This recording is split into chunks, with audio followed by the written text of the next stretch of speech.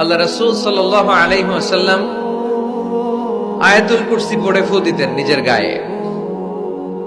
সূরা ইখলাস, সূরা ফালাক, সূরা নাস তিন কুল পড়ে ফু দিতেন। সূরা ফাতিহা পড়ে ফু দিতেন। এগুলো পড়ে হাত দুটো মিলাবেন, হাতে ফু দিয়ে মাথা থেকে পা পর্যন্ত মাসে করবেন। It's a protection from your Lord.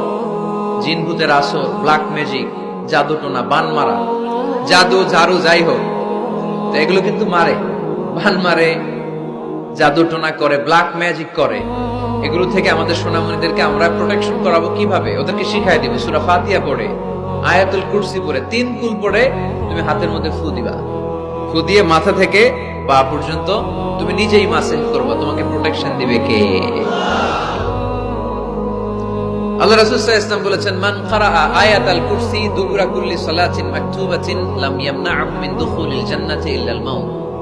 প্রত্যেক ফরজ সালাতের পরে যে ব্যক্তি আয়াতুল কুরসি তেলাওয়াত করবে, তার জান্নাতে যাওয়ার ক্ষেত্রে আর কোনো ব্লক বা বাধা নাই, একটা জিনিস ছাড়া, সেটা হচ্ছে মরণ, মৃত্যু। লোকটা মরে না তাই জান্নাতে যায় না, মরলেই জান্নাতি।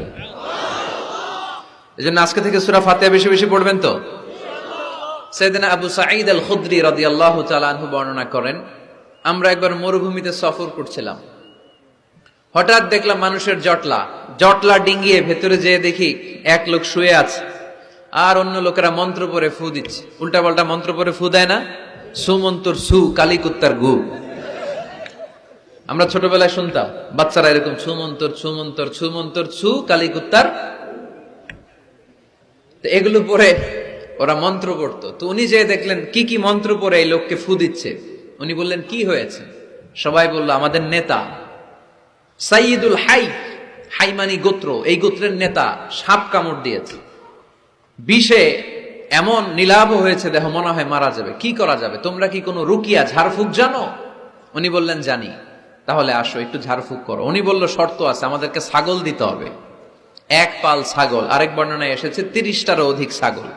সবাই বলল, আমাদের নেতা, এর যদি কিছু হয়ে যায় আমরা নেতৃত্ব শূন্য হয়ে যাব, ছাগল লাগুক আর ওট লাগুক, তুমি আসো।